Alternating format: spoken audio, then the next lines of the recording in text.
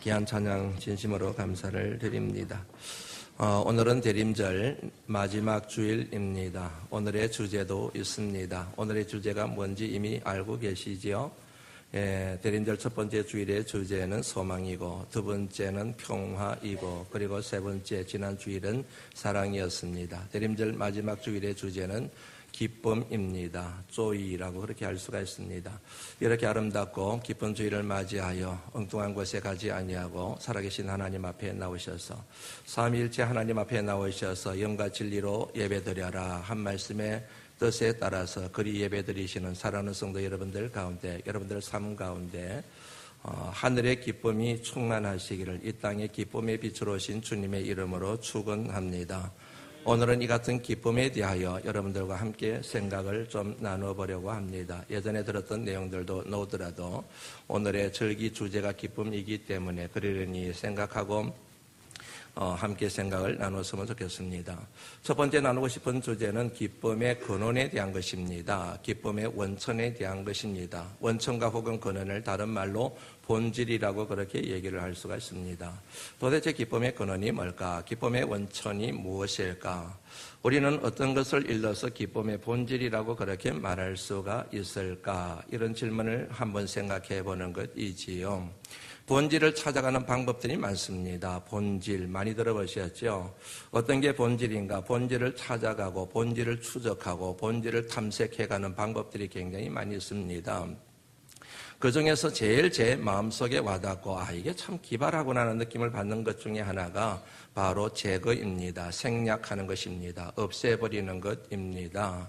전에도 한번 소개해드렸던 것처럼 피카소라고 하는 유명한 화가가 있었습니다. 그런데 그 사람의 작품 가운데 하나가 많은 사람들에게 영향을 끼치고 심지어는 애플이라고 하는 컴퓨터 회사에 큰 영향을 끼친 통찰력을 제공해 주었던 그런 그림이 하나 있는데 그 이름이 뭐냐면 더 불서라고 하는 그림입니다.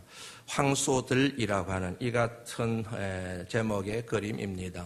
여러분들 보시면 아시겠지만 이 그림은 총 11컷으로 되어져 있습니다.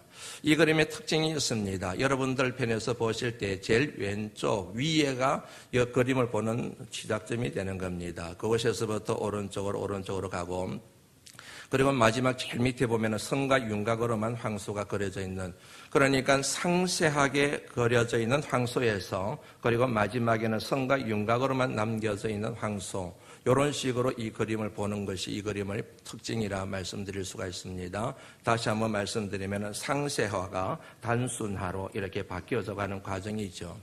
아시는 것처럼 대부분의 그림은 이렇게 그리지를 않습니다. 단순화를 먼저 그립니다. 윤곽을 잡습니다. 밑그림을 잡습니다. 그리고 점차 살을 채워나가면서 완성된 작품, 상세한 그림이 완성되는 이런 기법을 사용하는데, 이 그림은 그 같은 기법을 사용한 것이 아니고 먼저 상세하게 그리고 난 뒤에 하나씩 제거를 해나가요. 선도 제거하고 이것도 제거하고 저것도 제거하고 조건이 있습니다. 그 조건이 뭐냐면 이거를 제거를 해도 이 그림의 타이틀 황소라고 하는 이 같은 제목을 설명하는데 아무런 지장이 없어야 돼요.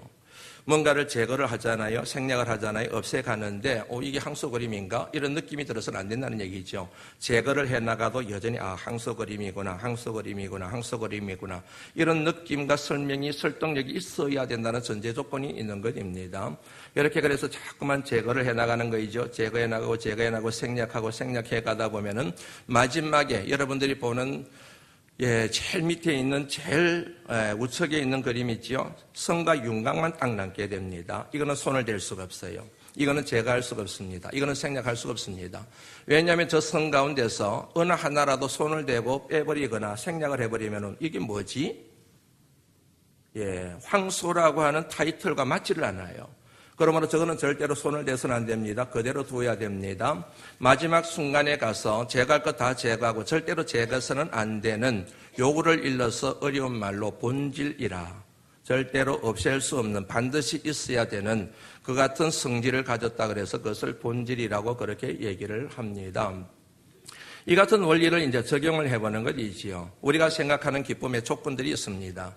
우리가 기뻐하는 이유들이 있습니다. 이러기 때문에 기뻐하고 저러기 때문에 우리가 기뻐하는 그런 요소들이 있게 마련이지 않습니까?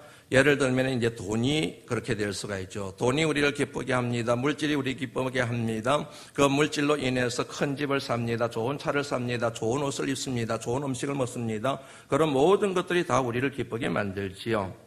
그 다음에 지식이 있습니다. 학벌이 있습니다. 그리고 직장이 있습니다. 그 같은 것들을 우리가 만났을 때 기쁘다 그렇게 얘기를 할 수가 있고 그런 감정을 우리가 가질 수가 있게 되는 것이지요. 그 다음에 사람이 있습니다. 큰 카테고리로 사람이 있어요. 부모님 때문에 기뻐요. 그리고 자식 때문에 기쁩니다. 그리고 아들 때문에 기쁘고 딸 때문에 기쁘기도 하고 남편으로 인하여 기뻐하기도 하고 아내로 인하여 기뻐하기도 하고 친구 때문에 기쁘기도 하고 성도 때문에 기쁘기도 하고 그리고 목회자 때문에 기쁘기도 하지요. 그런데 이처럼 우리를 기쁘게 하는 요소들을 가만히 따져보면 여기에 공통점이 있습니다. 그게 뭐냐면 이것들은 있어도 좋고 없어도 좋은 것들이라는 얘기지요. 다시 말씀드리면 불완전한 속성을 갖추고 있다는 얘기입니다. 더 정확하게 말씀드리면 순기능이 있는가 하면 역기능이 있다는 얘기지요. 돈을 예를 들면 돈이 우리를 기쁘게 할 수도 있지만 그 돈이 우리를 슬프게 할 수도 있어요. 돈이 우리에게 즐거움을 줄 수도 있지만 그 돈 때문에 고통을 당할 수도 있고 그 돈 때문에 관계가 깨어지게 되고 부모님과 관계에 문제가 생기기도 하고 형제간의 원수가 되기도 하고 친구를 잃어버릴 수도 있는 그런 약점이 동시에 있다는 그런 얘기이지요. 그는 여러분 다른 요소도 마찬가지입니다. 다른 요소들도 우리에게 기쁨에 주지만 동시에 그 같은 것들이 우리의 슬픔의 요인이 될 수 있다는 것, 이 같은 양면성을 갖추고 있다는 것을 저와 여러분들이 생각하면 알 수가 있게 되죠. 그러나 무엇보다도 이와 같은 것들의 치명적인 약점이 있는데 그것은 시간이 지나면 떠난다는 거예요. 영원히 우리 곁에 붙들어 둘 수가 없다는 겁니다. 직장도 다니다가 그만둬야 될 때가 있잖아요. 지식의 힘이 어느 정도 있다가 어느 순간 가게 되면 그 지식의 힘이 나한테 아무런 영향을 주지 못할 때가 있다는 얘기이지요. 사람도 여러분들 때가 되면 떠나가잖아요. 부모님이 떠나가시고 자식이 떠나가고 남편도 떠나가고 아내도 떠나가잖아요. 분명히 내게 기쁨의 요인이 되었는데 나중에 떠나가게 되고 그들과 같은 것들을 영원히 내 곁에 붙들어둘 수 없는 그 같은 한계가 있음을 우리가 알 수가 있게 되는 것이지요. 그러므로 뺄 수 있다는 얘기입니다. 기쁨의 근원, 기쁨의 본질을 찾아가는 과정에서 이와 같은 것을 뺄 수 있다는 얘기죠. 있어도 되고 없어도 되고 있어도 우리가 영원히 우리 곁에 붙들어둘 수 없는 것이기 때문에 그걸 생략을 할 수 있다는 것이지요. 한번 빼볼까요? 돈을 빼보죠. 물질을 빼보죠. 사람도 빼보죠. 직장도 빼버리죠. 그리고 학벌도 빼버리죠. 계속 빼가고 생략을 해가다 보면 마지막에 탁 마주치는 게 하나 있습니다. 그게 뭐냐면 생명이라는 겁니다. 사는 것이라고 하는 것이지요. 아무리 그와 같은 것들이 있어도 살지 못하면 아무짝에 소용없잖아요. 아무리 그와 같은 것이 없다고 하더라도 사는 것이 있어야 삶이 되는 것이지 않습니까? 그러므로 여러분 기쁨의 본질은 한마디로 말씀드리면 생명이요 사는 것이다. 그렇게 정리를 할 수가 있습니다. 그냥 사는 것이 아닙니다. 잘 사는 것입니다. 행복하게 사는 겁니다. 기쁘게 사는 것입니다. 여기까지 끝나느냐? 아니에요. 한 단계 더 가게 되지요. 모든 사람들이 꿈꾸는 생명이 있습니다. 삶이 있습니다. 그게 뭐냐면 영원히 사는 거예요. 이 땅에서 잘 살고 행복하게 살고 기쁘게 사는 것으로 만족을 못하고 영원히 살고 싶은 진시 황제 얘기가 많이 드는데 진시 황제만이 갖고 있는 욕구는 아니라는 얘기죠. 이 땅에 살아가고 있는 모든 사람들의 욕구가 살고 싶은 거예요. 그냥 사는 게 아니라 영원히 살고 싶은 영생에 대한 갈증과 갈망이 있다고 하는 사실을 알 수가 있습니다. 그러면 자연스럽게 여기에서 정리할 수 있는 게 뭐냐면 기쁨의 본질은 뭐냐? 그는 물질적인 게 아니라 결국에는 생명이요 영원히 사는 영생이라는 사실을 저와 여러분들이 정리를 할 수가 있게 됩니다. 이 같은 영생을 얻는 길이 무엇이냐? 한마디로 말씀드리면 예수 그리스도입니다. 믿으시면 아멘 하시죠. 예수 그리스도 이외에는 이 같은 영생, 구원, 영원히 사는 길에 절대로 만날 수가 없다는 얘기입니다. 하나님이 세상을 이처럼 사랑하사 독생자를 주셨으니 이는 그를 믿는 자마다 멸망하지 않고 영생을 얻게 하려 하심이라. 믿으시지요? 여러분들이 같은 사실을 믿든 안 믿든 아멘 하든 안 하든 그에 상관이 없습니다. 그에 상관없이 진리는 진리인 법입니다. 내가 모른다고 해서 내가 이해가 안 된다고 해서 진리가 비진리가 되고 비진리가 진리가 되는 것은 아니에요. 내 신념과 상관없이 진리는 언제나 진리이게 마련이지 않습니까? 사랑하는 성도 여러분, 오직 예수 그리스도를 통해서만 영생, 영원한 삶, 구원에 이를 수 있다는 사실을 믿으시기를 주의 이름으로 부탁을 드립니다. 이 같은 기쁨과 짝을 이루고 있는데 이 기쁨에 아류 같은 것이 있습니다. 기쁨이라고 하는 감정이 있는데 이 기쁨의 아류에 해당되는 감정이 하나 있어요. 그게 뭐냐면 즐거움입니다. 즐거움. 우리는 여러분 구별 없이 사용해요. 기쁜 것도 즐거운 것이고 즐거운 것도 기쁜 것이라고 생각을 해요. 그런데 여러분 기쁜 것과 즐거운 것은 굉장히 틀립니다. 굉장히 많이 틀려요. 교회 안에서 부를 때는 뭔가 즐거운 게 아니고요. 오늘 아침 찬양팀이 찬양을 부를 때 성탄에 대하여 찬양을 부를 때 거기에 즐거운 단어는 하나도 없어요. 모든 게 다 기쁨이라는 표현으로 그렇게 표현이 되어져 있거든요. 교회 안에서는 즐겁다라는 표현을 잘 안 씁니다. 교회 안에서는 기쁘다는 표현을 씁니다. 왜냐하면 기쁨과 즐거움 사이에는 질적 차이가 있기 때문에 그렇습니다. 즐거움의 이유가 있습니다. 즐거움의 뿌리가 있습니다. 즐거움의 뿌리는 쉽게 말씀드리면 세상입니다. 땅입니다. 물질입니다. 이 세상에서 비롯되어진 어떤 우리의 감정의 상태를 표현할 때는 즐거움이라고 얘기를 합니다. 돈이 있어서 즐거워요. 좋은 직장에 들어가서 즐거워요. 맛있는 것을 먹어서 즐거워요. 좋은 옷을 사서 즐거워요. 내 자식이 대학에 합격해서 즐거워요. 그거를 기쁘다고 얘기하기는 곤란해요. 왜냐하면 그것은 가변적이거든요. 즐겁다가 곧 그 감정이 사라지게 되거든요. 일시적이에요. 땅으로부터 시작된 모든 것들은 다 한계가 있어요. 일시적이에요. 그 순간만 그렇지 그게 지나가고 나면은 더 이상 지속적인 즐거움을 우리에게 줄 수 없는 게 이 즐거움이 갖고 있는 한계이거든요. 그래서 영어로는 이거를 플레저라고 얘기를 하지요. 즐거움이라고 얘기를 합니다. 그런데 기쁨은 영어로 어떻게 표현하느냐 하면 joy라고 표현해요. joy, 기쁨이라고 그렇게 얘기를 하지요. 이것은 여러분 땅으로부터 온 것이 아닙니다. 환경으로부터 온 것이 아닙니다. 물질로부터 온 것이 아닙니다. 위로부터 왔습니다. 하나님으로부터 왔습니다. 그게 어떤 기쁨입니까? 구원의 기쁨이라는 얘기지요. 이거를 우리는 하늘의 기쁨이라고 얘기를 하는 겁니다. 하나님께서 우리에게 주신 구원과 영생의 기쁨, 이 기쁨은 세상의 즐거움을 포함할 수가 있어요. 하늘의 기쁨을 누리고 있는 사람은 이 세상의 즐거움도 함께 동시에 누릴 수가 있습니다. 그러나 이 세상의 것들로 즐거워한다고 해서 그 사람이 하늘의 기쁨을 얻고 누린다고 말할 수는 없다는 얘기이지요. 왜냐하면 하늘의 기쁨과 세상의 즐거움은 질적 차이가 있기 때문에 그렇습니다. 분명히 구별점이 있다는 얘기죠.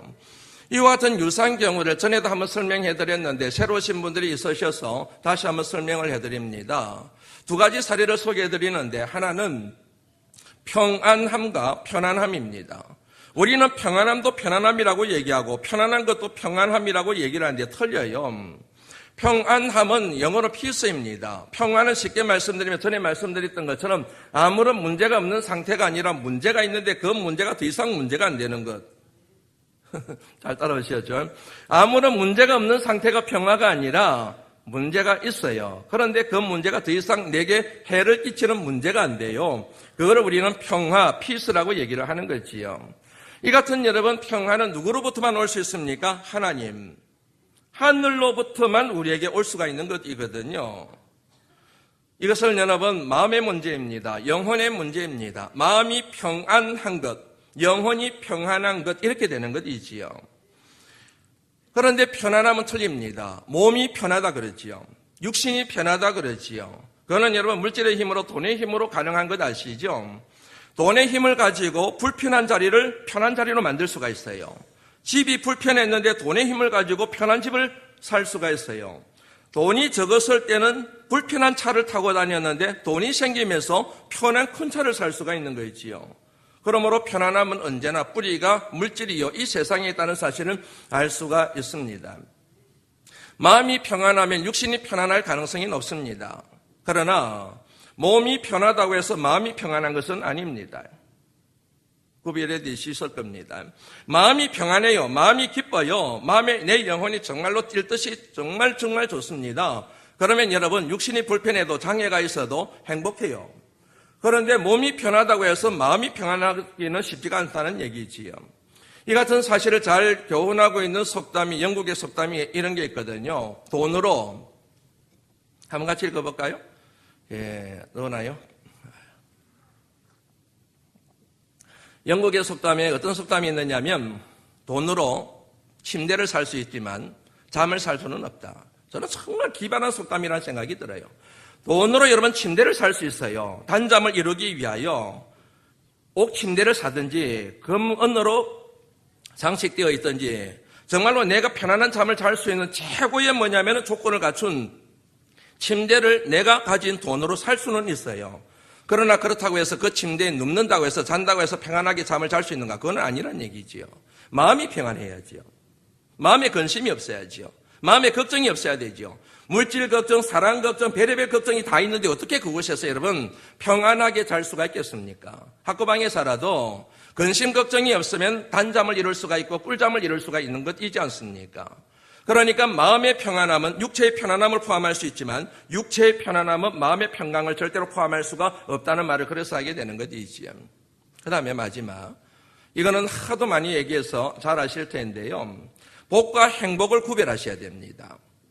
복 받았다고 해서 행복하고 행복하다고 해서 복을 받았고 이렇게 쉽게 얘기할 수 없는 차이점이 여기에도 있기 때문에 그렇습니다.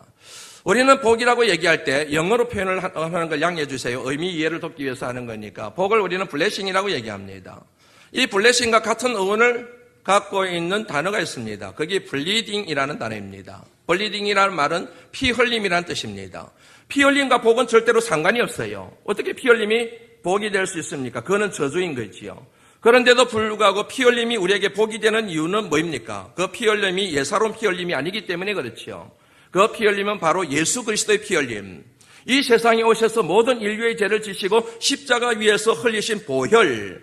이 보혈이 예수 그리스도의 피 흘림이기 때문에 우리의 구원을 위한 피 흘림이기 때문에 그 피 흘림이 우리에게 복이 된다는 얘기지요. 왜냐하면 이를 통하여 구원이 일어났기 때문입니다. 이를 통하여 영생을 얻게 되었기 때문에 그렇습니다. 그러므로 진정한 복은 돈이 많은 게 복이 아니고 건강하게 사는 게 복이 아니고 좋은 직장에 들어가는 게 복이 아니고 성경에서 말하고자 하는 기독교 신앙의 뿌리를 두고 있는 서구권에서 생각하는 복의 본질은 바로 구원이라는 것이지요. 영생이라는 것이지요. 하나님 나라라고 하는 사실을 알 수가 있습니다. 행복은 영어로 해피니스라고 그러죠. 이거는 누구나 다 알 수 있는 얘기죠. 해피니스라고 하는 이 단어의 뿌리는 해픈이라는 단어에서 왔습니다. 사건, 우연, 여러 가지 의미가 있지요. 쉽게 말씀드리면 해픈의 모든 뿌리는 사람에게 있는 거예요. 그리고 환경에 있는 겁니다. 여기에서 행복이 왔습니다. 행복의 조건은 하늘이 아니고 행복의 조건은 바로 땅이라는 사실을 사람들이 그렇게 의식적으로 표현을 하는 것이지요. 내가 구원의 복을 받았습니다. 그러면 이 세상에서 문제 많은 이 세상에서 행복하게 살아갈 수는 있습니다. 그러나 이 세상에서 물질적인 것으로 인하여 환경적인 요인으로 인하여 내가 행복하게 산다고 해서 내가 구원의 복을 받은 것은 아닙니다. 그러면 여러분 이렇게 정리가 되는 겁니다. 기쁨, 그리고 마음의 평안, 구원 이렇게 연결이 되고 즐거움, 편안함, 그리고 행복 이렇게 연결이 되는 겁니다. 하나님이 저와 여러분들에게 주시고자 하신 것은 하나님께서 예수 그리스도를 이 땅에 보내심으로 저와 여러분들이 갖기를 소원하셨던 것은 즐거움이 아니라 편안함이 아니라 행복이 아니라 구원, 이로 인하여 마음의 평안함, 어떤 환경에 상관없이 항상 기뻐하며 살아가는 것, 이것이 바로 하나님의 뜻이라고 저와 여러분들이 깨달을 수가 있게 되지요. 한번 정리를 해볼까요? 기쁨의 본질은 뭐였습니까? 영생이라 그랬지요. 이 같은 영생은 누구를 통해서만 얻을 수 있습니까? 예수 그리스도를 통해서. 그러므로 기쁨의 근원은 누구가 되는 게 맞습니까? 예수 그리스도. 그래서 나온 찬양 가사가 기쁨의 근원 되시는 예수를 위해 삽시다 하는 가사가 그래서 나오게 되는 겁니다. 사랑하는 성도 여러분, 저와 여러분 이 세상을 살아가면서 누릴 수 있는 기쁨의 근원은, 기쁨의 원천은 오직 예수 그리스도밖에 없는 줄로 믿습니다. 오직 예수 그리스도만 믿고 예수 그리스도만 의지하고 예수 그리스도만 우리가 생각하고 살아갈 때에 우리가 처한 형편과 처지에 상관없이 항상 기뻐하고 쉬지 않고 기뻐하며 범사에 기쁨이 넘쳐나는 그와 같은 복된 삶을 이루게 될 줄로 믿습니다. 두 번째 생각해보고 싶은 것은 이 기쁨을 누리는 것에 대한 것입니다. 여러분들은 생각할 때 이 세상에 살아가는 사람들 중에 어떤 사람이 잘 사는 사람이고 못 사는 사람인가? 어떤 사람이 행복한 사람이고 어떤 사람이 불행한 삶을 살아가는 사람인가? 여러분들이 아마 기준이 있을 거예요. 제게도 기준이 있습니다. 저는 여러 가지가 있지만 그 중에 하나가 누림이라고 생각합니다. 이 땅에 누려야 될 것을 누리며 살아가는 사람은 정말 여러분 잘 사는 거이고 그런데 누려야 될 것을 누리지 못하고 살아가는 사람들은 정말 불행한 사람들이라는 생각을 하게 됩니다. 일을 합니다. 돈을 법니다. 그런데 누리지를 못합니다. 쌓아두기만 합니다. 시간이 지나고 나이를 먹고 세월이 지나갈수록 그 같은 것들이 썩어져 나갑니다. 그게 뭐 잘 사는 겁니까? 여러분들 살아가실 때, 인생의 여정을 걸어가실 때, 신앙의 여정을 걸어가실 때 이 누림이라고 하는 가치를 소중히 여기셔야 됩니다. 왜냐하면 그게 하나님의 뜻이기 때문에 그렇습니다. 너희는 이렇게 기도하라. 하늘에 계신 우리 아버지여, 이름이 그렇게 여김을 받으시오며 나라가 임하시오며. 나라는 무슨 나라입니까? 하나님 나라입니다. 하나님 나라 들어갈 것을 위하여 기도하라가 아니에요. 천국에 들어갈 것을 위하여 기도가 아니에요. 하나님의 나라가 임할 것을 내 심령에 임하고 우리 가정에 임하고 내가 살아가는 모든 삶의 여정에 임하는 것.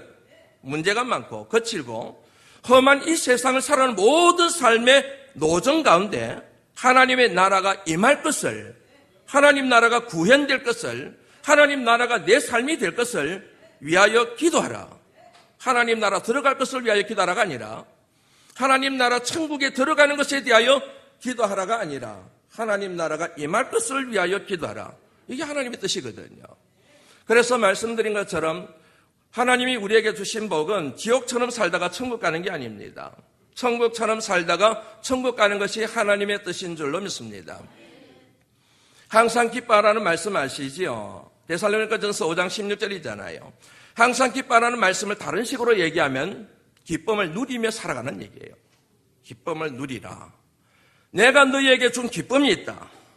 내가 너희에게 준 기쁨의 원천이 있다. 그거를 누리며 살아가거라. 이 세상에서, 기쁨 없는 이 세상에서, 자고 일어나면 근심해야 되고 걱정해야 되고 염려하고 불안해야 떨어야 될 이 세상에서 기뻐하며 살아가더라. 저는 여러분이 이 기뻐하라, 항상 기뻐하라는 이 단어 그전에도 한번 소개해드렸는데요. 영어식 표현이 저는 너무 좋습니다. Be joyful always라고 그러거든요. joyful이라는 단어를 가만히 보세요. 저 단어가 두 단어가 합성된 거잖아요. 기쁨을 뜻하는 joy라는 단어와 가득 차다, 충만하다, 넘치다는 뜻을 갖고 있는 full이라는 단어가 합쳐져서 된 거거든요. 우리말 성경에는 기뻐하라 되어 있지만은 하나님의 의도는 기쁨이 넘치는 걸 원하는 거예요. 그럴 수밖에요. 우리에게는 하나님의 자녀의 권세를 주셨거든요. 이 세상으로부터 온 게 아니라 하나님으로부터, 전지하신 하나님, 전능하신 하나님, 무한 광대하신 하나님으로부터 온 기쁨이기 때문에 그 기쁨은 찰 수밖에 없고 넘칠 수밖에 없고 콸콸 뭐냐면 샘물이 터지듯이 터질 수밖에 없는 기쁨이란 얘기지요. 그냥 기뻐하는 게 아닙니다. 기쁨이 넘치는 겁니다. always, 항상. 다시 한번 정리하죠. always라는 단어가 모두를 뜻하는, 모든 것을 뜻하는 all이라는 단어와 그리고 길을 뜻하는 way, all의 영향을 받아서 s를 붙여서 복수의 의미 길들 이렇게 되는 겁니다. 그러므로 항상이라는 말로 번역된 always는 모든 길에서 이렇게 되는 거예요. 모든 길에서. 인생을 살아갈 때 이런 길을 만나고 저런 길을 만나요. 좋은 길을 만나고 나쁜 길을 만나요. 원하는 길을 만나고 원치 않는 길을 만나요. 웃음이 나오는 길을 만나기도 하고 슬픔의 길을 만나기도 해요. 절망적인 길을 만나기도 하고 소망이 넘치는 길을 만나기도 해요. 좋은 길만 만나는 건 아니잖아요. 나쁜 길을 만날 때도 있잖아요. 그럼에도 불구하고 뭐 하라는 겁니까? 이 길을 만나든 저 길을 만나든 어떤 길에 서 있든 어떤 길을 걸어가든 기뻐하라가 아니라 기쁨이 넘쳐야 된다. 왜요? 다시 말씀드립니다. 하나님의 자녀의 권세를 주셨거든요. 구원의 은혜를 주셨거든요. 구원받은 하나님의 사람들이거든요. 물질에 상관없이 환경에 상관없이 그럴 수 있다는 얘기죠. 그런데 참으로 안타깝게도 교회를 다니고 신앙생활을 하고 그리고 목회를 하고 그런데도 불구하고 하나님이 원하시는 이 뜻, 항상 기뻐하라. 이는 그리스도 예수 안에서 너희를 향하신 하나님의 뜻이니라는 말씀을 이루지 못할 때가 많아요. 실패할 때가 너무 많아요. 그 이유가 도대체 무엇일까? 굉장히 많이 있는데 그 중에 하나만 여러분에게 오늘 소개해드리려고 합니다.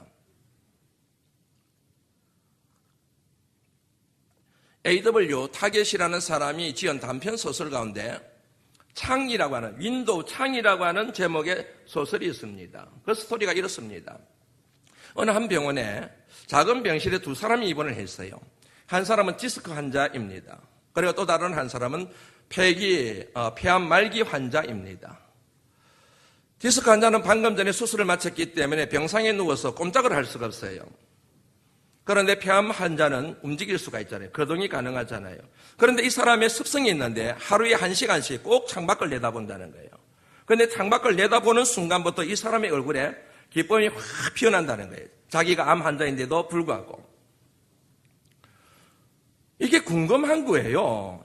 디스크 환자가. 아니 자기는 디스크 환자일 뿐이고 시간이 지나면 고침을 받을 수가 있는데 아니 내일 모레 죽을지 모르는 저 사람이 어떻게 저렇게 화날까? 도대체 밖에 무엇을 봤기 때문에 저럴까? 이제 의문을 갖게 되지요. 그러다가 질문을 하게 됩니다. 당신은 창을 보고 난 뒤에는 항상 기쁨이 넘치는데 도대체 창밖에 뭐가 있습니까? 무엇을 보고 있습니까? 라고 물어요. 그러자 폐암 환자가 눈을 지그시 감더니 이렇게 설명을 해요. 예, 창밖에는 너무너무 아름다운 호수가 있습니다. 그리고 그 호수 위에 보토가 한가롭게 지금 떠 있고 가고 있습니다. 그리고 그 호수 한가운데 백조무리들이 이렇게 헤엄을 치면서 놀고 있습니다. 그리고 호숫가 옆에는 너무 아름다운 여인들이 제잘제잘 거리면서 산책을 하고 있습니다. 그리고 어린아이들이 호숫가 옆에 잔디밭에서 신나게 뛰어놀고 있습니다. 그 얘기를 듣는 순간 이 디스크 환자가 확 얼굴이 일그러지는 거예요. 왜냐하면 저 사람이 나보다도 상태가 안 좋지만 저렇게 기뻐하는 이유가 그 밖을 내다볼 수 있는 침상이 창가에 있기 때문이고 그런 면에서는 자기가 홀대를 당하고 불이익을 당하고 차별 대우를 받는다는 생각이 확 들어서 얼굴이 일그러진 겁니다. 그래서 속으로 생각해요. 저놈이 빨리 죽어야 되겠네. 이왕 죽을 거 빨리 죽어야 그래야 내가 침상을 저리 옮겨서 내가 저 밖을 보면서 나도 저 사람의 기쁨을 누릴 텐데 이제 이런 생각을 하게 되는 거죠. 그러던 어느 날 저녁에 정말로 이 폐암 환자가 이제 마지막을 보내는 신호가 온 거지요. 이 디스크 환자가 딱 비상벨을 들고 의사에게 전화를 하려고 하다가 탁 내려놔 버려요. 왜냐하면 죽기를 원했거든요. 어차피 죽을 사람 이제 죽으나 나중에 죽으나 상관이 없어 죽게 내버려 두는 거지요. 그래서 뭐냐면 안타깝게도 그분은 운명을 하게 되고 다음날 아침이 되었습니다. 디스크 환자가 병원의 관계자한테 즉각적으로 얘기하죠. 제 침상을 절로 옮겨주십시오. 병상을 옮겨주십시오. 그럽니다. 그래서 병상을 옮겨줬어요. 병상이 옮겨지는 순간 일어나서 수술을 해서 거동이 힘든데도 불구하고 억지로 힘을 내서 일어나서 윈도우 창을 탁 내다봤습니다. 깜짝 놀란 거예요. 그곳에 아름다운 호수가 있고 보트가 있고 그리고 백조가 있고 사람들이 있고 여인들이 있고 아이들이 있을 줄 알았는데 거기에는 회색빛의 콘크리트 벽이 딱 쳐져 있는 거예요. 예, 그거를 보는 순간 디스크 환자가 너무너무 충격을 받는 거예요. 그러면서 깨닫게 된 것이 폐암 환자가 기뻐할 수 있었던 이유는 환경 때문이 아니고 이 폐암 환자가 선택한 행복이요, 선택한 기쁨이라는 사실을 깨닫게 되는 겁니다. 이게 바로 A.W. 타겟이라는 사람이 그의 단편소설 창에서 말하고자 하는 메시지예요. 행복, 기쁨, 이 모든 것들은 내가 어떻게 마음의 태도를 정하느냐, 선택하느냐에 따라서 달라질 수 있다는 얘기죠. 굉장히 중요한 내용입니다. 사도행전 12장의 말씀에 보면은 헤롯 왕이 야고보를 죽여버립니다. 야고보가 순교를 당하게 됩니다. 그러자 유대인들이 막 열렬하게 환영을 합니다. 너무 좋아합니다. 그거를 본 헤롯 왕이 유대인들의 마음과 한심을 사로잡기 위하여 그 당시 기독교의 최고 지도자인 베드로를 잡게 돼요. 베드로를 잡아서 베드로를 이제 죽이기로 결정을 하게 됩니다. 베드로가 사형을 집행하는 그 전날 어떤 모습을 보이고 있는지를 보여주는 내용이 저는 너무너무 은혜가 됩니다. 한번 읽어볼까요? 사도행전 12장 7절, 6절 말씀을 한번 같이 읽어보겠습니다. 사도행전 12장 6절 말씀입니다. 읽어봅니다. 시작.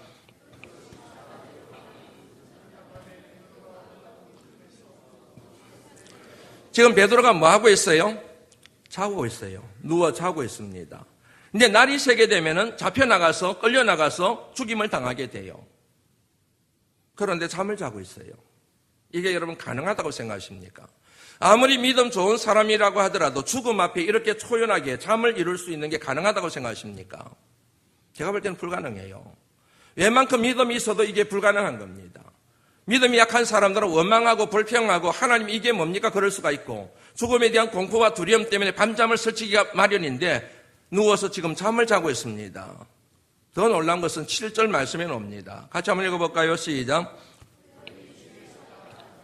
옥중에 강채가 빛나며 또 베드로의 옆구리를 쳐 깨워 이르되 급히 일어나라 하시니 쇠사슬이 그 손에서 벗어 광채가 비쳤습니다. 주의 사자로 인한 광채가 확 비쳤습니다. 잠을 자고 있습니다. 누군가 들어와서 불을 켭니다. 그러면 인기척 때문에 일어나게 됩니다. 빛 때문에 일어나게 됩니다.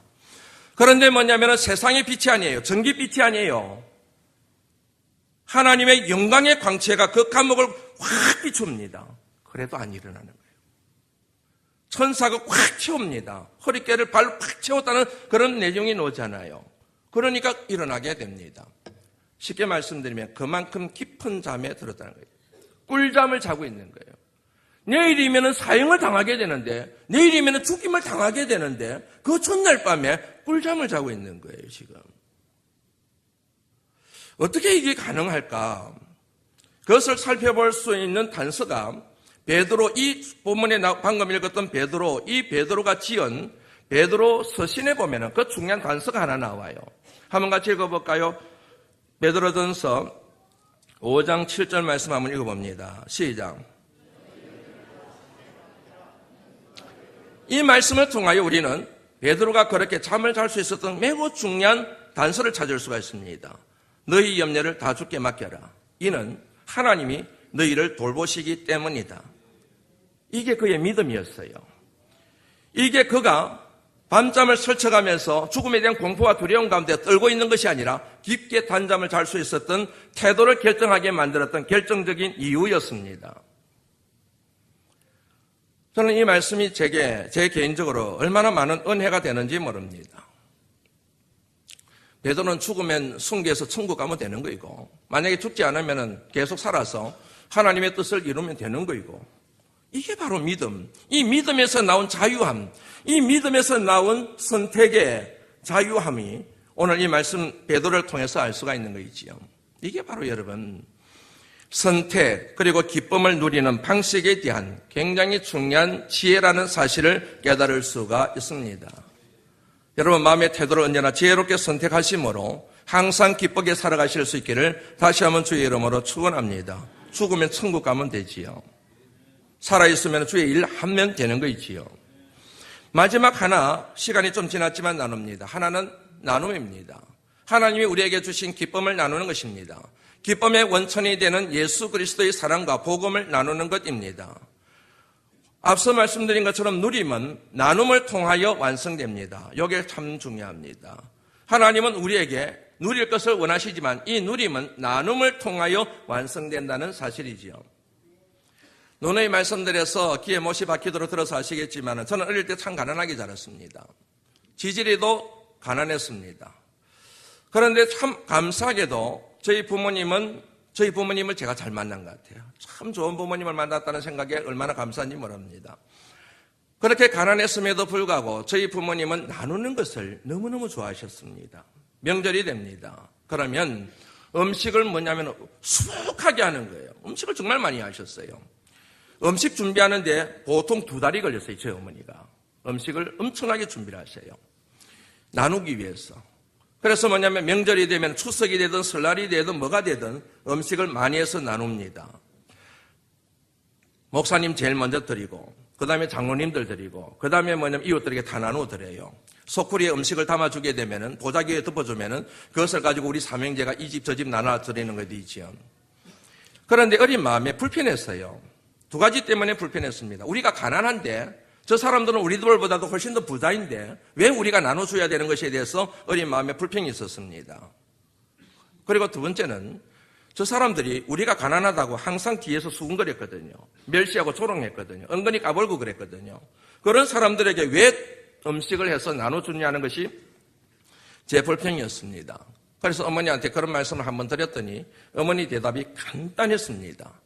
어린 마음에 그 들었던 말이 지금까지도 제 마음속에 울림이 되고 있고 교훈이 되고 있습니다. 그게 뭐냐면 이런 말씀을 하셨어요. 사람 도리가 그게 아니다. 저는 여러분 어린 마음에 사람 도리가 뭔지를 잘 몰라요. 그런데 그 말이 굉장히 근사하게 들린 거예요. 사람 도리가 그게 아니다. 뭘 말하고자 하는지 느낌이 있잖아요. 사람 도리가 그게 아니다. 그러신 거예요. 여러분, 사람이기 때문에 지켜야 될 도리가 있습니다. 사람이기 때문에 마땅히 행해야 될 바른 길이 있습니다. 도리를 알고 도리에 어긋나지 않고 도리를 지키고 도리를 다할 때 우리는 사람다운 사람이 된다 얘기하는 거지요. 사람다운 사람이 되지 못하는 중요한 이유가 사람의 도리를 모르거나 사람의 도리를 다하지 않을 때 사람답지 못한 사람이 될 수 있는 것이지 않습니까? 우리는 하나님의 사람이에요. 하나님의 사람에게 주어진 도리가 있습니다. 그 같은 도리를 할 때 우리는 하나님의 사람이 될 수가 있고 이 도리를 하지 못할 때 우리는 하나님의 사람이 되지 않을 수 있다는 얘기지요. 그게 뭐냐면 섬김입니다. 나눔입니다. 사랑입니다. 베품입니다. 이 같은 가치를 소중히 여기며 살아가는 때 그 같은 의식에 기반을 둔 삶을 살 때 세상 사람들은 우리를 일러서 하나님의 사람이라 그리 말하며 그 소리를 듣는 하나님은 기뻐하시며 진정 내가 나를 영화롭게 하는 내 사람이구나 그렇게 인정하신다고 하는 사실입니다. 오늘 본문 말씀의 내용이 이렇습니다. 예수님이 계신 곳에 예수님의 어머니와 그리고 동생들이 찾아왔습니다. 사람들이 그걸 보고 예수님에게 말함을 합니다. 당신의 어머니와 동생들과 누이가 왔습니다. 그러다 예수님께서 뉘앙스가 그렇습니다. 화를 낸 듯이 말씀하십니다. 누가 내 어머니냐? 누가 내 동생들이냐? 내 어머니와 동생들을 보라. 그러고 나서 이런 말씀을 하시지요. 끝절에 보면은 누구든지 하나님의 뜻대로 행하는 자라야 누구든지 하나님의 뜻대로 행하는 자라야 내 형제요, 내 자녀요, 내 어머니이다. 하나님의 뜻대로 행하는 자. 이렇게 말씀을 하셨습니다. 하나님의 뜻은 생명입니다. 하나님의 뜻은 살리는 것입니다. 그러므로 하나님의 뜻대로 행한다고 하는 것은 살리는 삶을 살아가는 것입니다. 나를 희생시켜 남편을 살리고 아내를 살리고 부모님을 살리고 형제를 살리고 이웃을 살리고 목회자를 살리고 성도를 살리고 민족을 살리고 열방을 살리는 이런 삶을 살 때 하나님은 우리를 향하여 너희들이 내 진짜 식구구나 그렇게 말씀하신다고 하는 사실입니다. 방금 전에 집안 얘기를 했습니다. 너그럽게 이해해 주실 줄로 믿습니다. 그런데 어린 시절에 제가 놀란 것을 하나 경험했습니다. 음식을 수북히 했습니다. 집집마다 다 나눠줬습니다. 나눠줬기 때문에 그 많던 음식이 사라지는 게 맞잖아요. 줄어드는 게 맞잖아요. 그런데 아니에요. 음식이 더 늘어나는 거예요. 더 좋은 음식들로 늘어나는 거예요. 왜 그러느냐 하면은 소쿠리를 가지고 음식을 담아서 나눠주면은 그 집에서도 미안해서라도 그 빈 소쿠리에다가 음식을 담아주는 거예요. 우리는 가난했기 때문에 음식의 종류가 떨어져요. 음식의 질이 떨어져요. 그런데 그 사람들은 부자예요. 그러다 보니까 좋은 음식을 받는 거예요. 그러니까 우리 집에 자꾸 음식이 쌓이는 거예요. 더 좋은 것으로 쌓이는 거예요. 더 놀라운 것은 그 사람들이 우리 집안에 대하여 가난하다고 함부로 하지 않는다는 겁니다. 시간이 지나면서 세월이 지나면서 그래서 그전에도 말씀드린 것처럼 제 막내 동생 사돈이 우리 이웃 마을에 있어요. 이웃 마을에 있는데 그 이웃 마을에서 우리 집에 대해서 그런 얘기를 한대요. 이 근방에서 몇 개의 마을이 있는데 이 근방에서 최고로 성공한 집은 고장로님 댁이라 그런대요. 세상적으로 뭐가 있습니까? 저는 목회하죠. 동생들도 뭐 별 볼 일 없거든요. 그런데도 불구하고 사람들의 눈에는 정말로 성공한 것처럼 보인다는 얘기죠. 이게 하나님의 영광이 되는 거예요. 이게 하나님의 영광을 선포하는구나. 하나님이 우리 가정을, 정말 가난했던 가정을, 수치와 모욕을 당했던 이 가정과 가문을 이렇게 사용하시는구나. 그래서 얼마나 마음이 좋은지 모르겠습니다. 우리는 섬기고 나누면은 줄어든다고 생각합니다. 빈자리가 생다고 생각합니다. 아니요. 채워주세요. 하나님이 채워주십니다. 더 많은 것으로 채워주실 줄로 믿습니다. 영상 하나 보고 기도합니다. 어리둥절한 모습으로 매장으로 들어서는 9살 소년 미카. 그토록 갖고 싶었던 게임기를 받고 너무 기뻐 눈물까지 흘립니다. 미카에게 이 선물은 특별합니다. 앞서 미카는 크리스마스 선물로 게임기를 사주겠다는 할머니에게 그 돈으로 담요를 사달라고 했습니다. 얼마 전 집이 갑자기 어려워져 잠깐 노숙을 해봤던 소녀는 지금도 길에서 떨고 있을 노숙자들을 위해 이런 생각을 한 것입니다. He knew what it was like to not have a blanket at night and to have to give it back. When they gave him a blanket, he had to give it back. And so the first thing he wanted to do was give a blanket that they could keep. 할머니는 미카의 바람대로 담요를 사줬고 이 소문을 들은 게임기 제조사가 미카에게 깜짝 선물을 한 것입니다. 반대로 1000개가 넘는 장난감 속에 파묻힌 이 소년. 1,176. 1,176. And what was your goal? 800. 당장 갖고 놀고 싶지만 소년은 포장지를 뜯지 않습니다. 자기가 아니라 병원에 있거나 집안 사정으로 보호소에 있는 아이들을 위해 온 것이기 때문입니다. 아이의 착한 생각이 알려지자 마을 사람들이 너도 나도 도와 눈덩이처럼 불어난 것입니다. Help them. Help them all the way. I cried when I heard that we got over 1,000. 남을 먼저 배려하는 아이들의 천진하고 예쁜 마음이 진정한 크리스마스의 의미를 다시 일깨워줍니다. 기도하겠습니다.